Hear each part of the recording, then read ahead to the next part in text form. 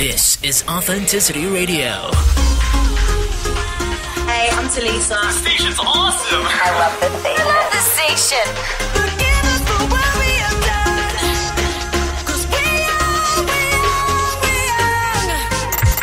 are. Authenticity Radio with Slade Suter.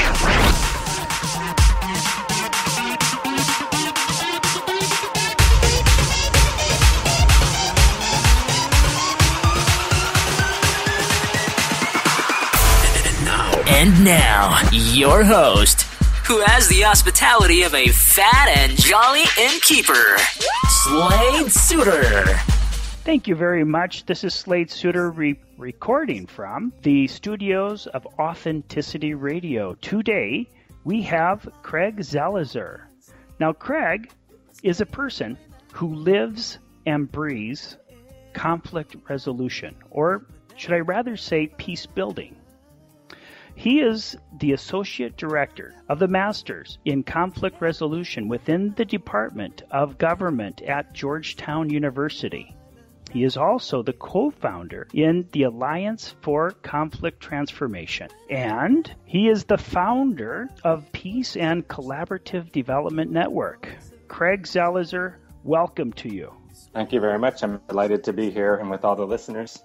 I'm very happy that you are taking time out of your schedule to be with us today.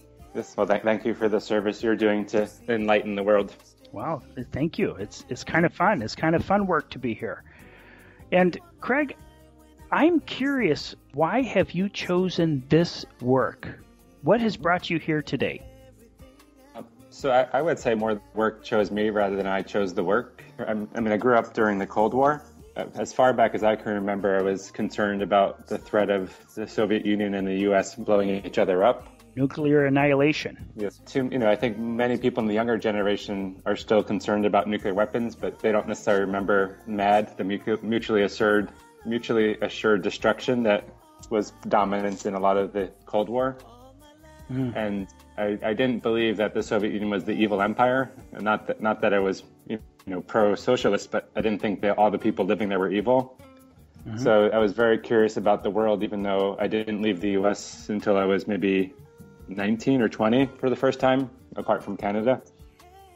And so, I had pretty cool parents, and we would have some international students stay with us. And I just was very concerned. And in high school, I wound up getting involved in some social activism in terms of anti-apartheid work and just volunteering in a community justice center. You were active. You felt something stirring in your blood. Yes. I would say the biggest change is when I went to University of Massachusetts.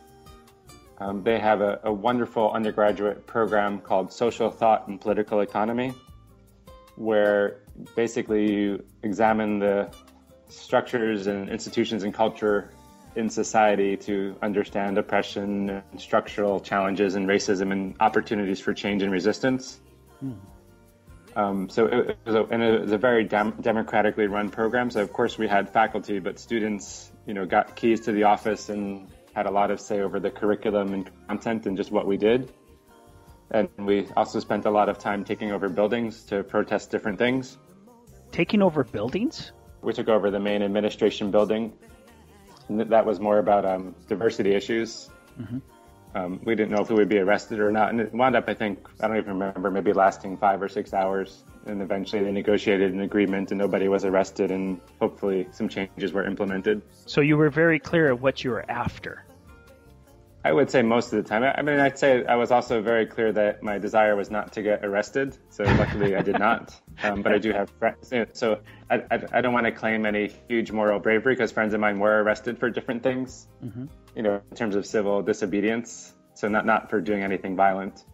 And then I would say the biggest impact was I had wonderful advisors and mentors. So at the end of the Cold War, right after the Berlin Wall came down, I wound up going to Hungary for a year because we had an exchange program. Actually, I originally went for 1 semester, but it was so powerful I stayed for the year. So I think that also really helped generate more of my global interest. So you were a student there? Yes, in southern Hungary in a town called Pécs for 1 year. And that was the same time the war in former Yugoslavia was just starting. So a lot of refugees were coming across. And so that And Hungary is a fascinating country, very, very beautiful, but has some of its own challenges and has 13 minority groups. And the largest group is the Roma population, which is about 10%, 8 to 10% of the population, and very high levels of social discrimination and prejudice, and also just unemployment and challenges. So when I was in Hungary, I started to learn a lot about Roma and get involved, that and helping and learning more as much as I could. And then I was fortunate, after coming back to the U.S. to graduate, I was fortunate enough to get a Fulbright scholarship to go back to Hungary for 2 years, and wound up starting a nonprofit with a friend of mine to do conflict resolution work with different youth groups in Hungary.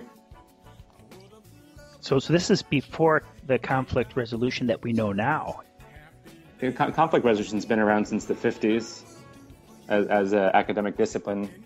So I think, but it really wasn't until the 80s that it took off, and particularly the 90s at the end of the Cold War.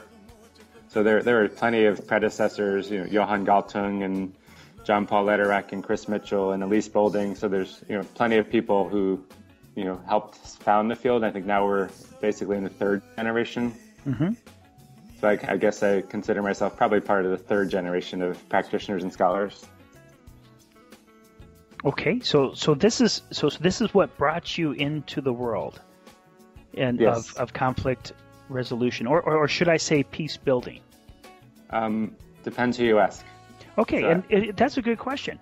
In your opinion, is there a difference between conflict resolution and peace building? Actually, I should say one of the other way I kind of fell into the field of conflict resolution is I have an older brother who took a peace studies class when he went to college, which was probably late 80s. And then there used to be a book, I forgot the name of the author, but I think it was called 1 Million Monkeys. 1 million monkeys. About this, and it was a book that an author wrote kind of saying if 10% of the population can change their attitude, then that's enough to lead to larger changes in society. So those are, and again, I don't remember the exact author or title, but it was a basic idea that if you can convince enough people that an issue is important enough and they can change their attitude and behaviors, that's like the tipping point that would encourage the larger society to adopt that change. And then often we see that just one individual is enough to get that first 10%. Yep. One courageous individual at the right time, or who makes it the right time. By the name of Craig Zelizer. Well, I have people I respect. Okay, so I asked the question if there was is there a difference between, in your opinion, conflict resolution and the term peace building? So traditionally, yes. Traditionally there was a difference, and that conflict resolution originally was a much larger part of the field, and people would say peace building was a subcomponent of that. But it seems like the trend is switching now, that peace building is becoming, for many, especially in the practitioner community, a more all-encompassing term. Mm-hmm. And conflict resolution is seen as a more narrow set of practices and analytical tools. But there is a lot of conceptual confusion in the field. I'm finishing a book that will be out in February 2013 called Integrated Peace Building. Integrated peace building. I think it's innovative approaches to transforming conflicts from Westview Press. And so in that book, it's about how to integrate peace building tools and practices and conflict resolution across different development sectors, such as health or rule of law or gender. So that book, I consciously chose to use more of the term peace building. And the term peace building came about in the mid-'70s from Johann Galtung, one of the founders of the field. And he basically divided the idea that we can get very complex here, but the simple version is there's peacekeeping, which is just inserting some type of third party to help keep a ceasefire or at least stop the violence. Mm-hmm. Kind of like a mediator of some sort. Mediator, but it tends to be more seen in kind of this larger level in terms of police or military or nonviolent observers. Okay. And then there's peacemaking, which is much more once a large-scale conflict has started to wane down, and it's actually the peacemaking process, like peace negotiations. And then peace building is the idea of kind of working at the grassroots and also at the elite level to help change the relationships and structures that led to the conflict to create more sustainable peace. So that's the old division. And then when the UN basically adopted peace building in '92 with Boutros Ghali, he still largely saw peace building as a post-conflict. The idea is peace building would happen once the violence had started to end. But now it's much more fuzzy, and many people are using peace building to refer to these types of peace activities, both in the middle, during, and post-conflict. And then there's conflict prevention, which is ideally stopping violence before it gets too escalated. And then there's conflict transformation, so it can get very complicated. So it seems like a large part of conflict resolution is bringing about awareness. I guess it's in a continual state of evolution. Let's maybe put it that way. The book that's coming out, to me, one of the challenges of the field is how much of this work should be standalone conflict resolution or peace building work versus how much to integrate across sectors. Because that's a good question. So the book, we really try to, I won't say answer that, but problematize and give some answers and more questions about to really be effective. You can bring people together to create understanding and dialogue and work for change. But but the challenges that people face is often about security, health, jobs, many different things. So unless we think about how to creatively integrate these tools and approaches across sectors, to me, that's where one of the most interesting things is. How do we put together environmental issues and peace building? Or how do we integrate media and peace building but make it commercially viable?